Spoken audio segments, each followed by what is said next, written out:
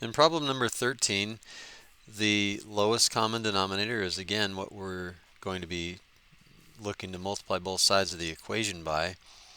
And one thing you might notice here that I just noticed is, let's try something different here. Instead of just multiplying through by the lowest common denominator, let's look here. We've got negative 10 thirds x plus 1/3 x. Well, when you add fractions, so let's just look here. If we add negative 10 thirds to 1/3, we get negative 9 thirds. And negative 9 thirds has a value of negative 3. So when we combine these two like terms, because they're both x terms, we get negative 3x. So that simplifies things a little bit, because now the lowest common denominator will be an easier number to find. Now if we include 3 and 4 and 2, the lowest common denominator would be, if you want to pause the video and think about that, go ahead and do that now. But 3 times 4 is 12, and 2 goes into that. So we don't need to do 3 times 4 times 2, although that would be a common denominator.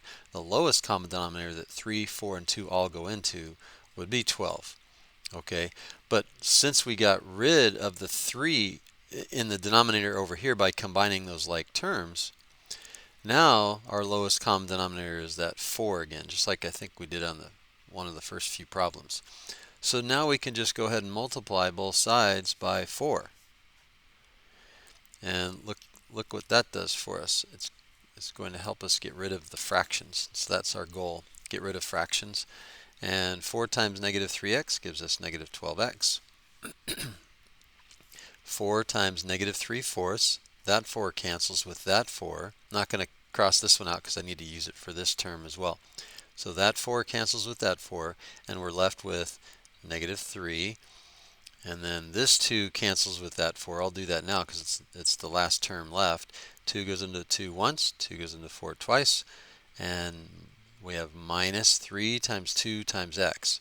And that again is minus 6x. I think we had one just like that earlier. And since we only have one variable term on the left-hand side, I know I like to, in general, try to move the variables so that they're going to be positive, but there are exceptions to, just like most rules, there's exceptions to the rules sometimes.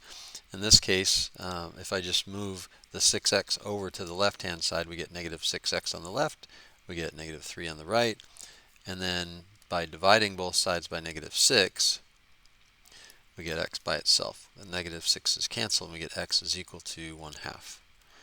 Okay, so there we go. Let's see. Maybe we could do one more. I know with that 89 right there, that could be a little bit daunting. So let's try that. Let's look at number 15. So with number 15, we should be able to identify here that our lowest common denominator is 12. So we're going to multiply both sides by 12, making sure there's no other kind of thing we can do to make it easier, like the last problem. So if we multiply the left side by 12, that 12 is going to cancel with that 12, and then we're going to be left with negative 89.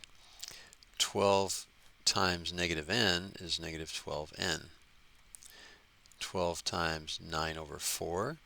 So 4 would divide evenly into 4 once and divide evenly into 12 3 times. 3 times 9n is 27n. 12 times negative 2 is negative 24. Alright, so where do we want to put our variables? Let's move our variables to the right-hand side by adding 12n to both sides.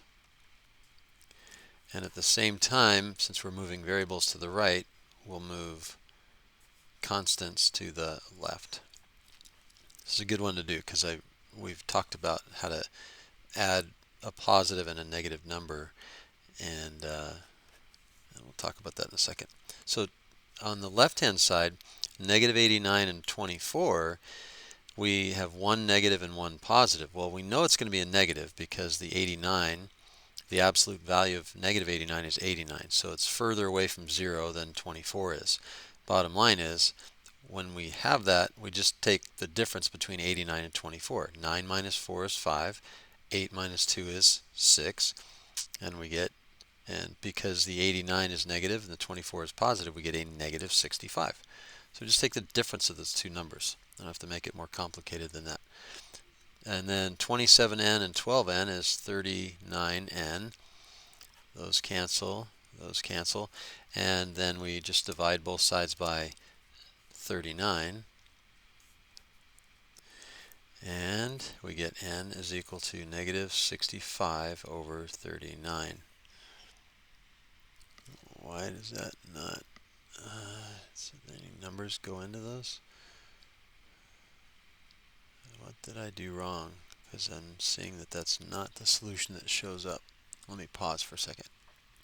Okay, so actually 13 divides evenly into 65 5 times, and 13 divides evenly into 39 3 times. So I did it right, I just didn't recognize that 13 went into both of those numbers. So if you left it at negative 65 over 39, I would accept that. But the lowest, the simplest form of that fraction would be negative 5 over 3.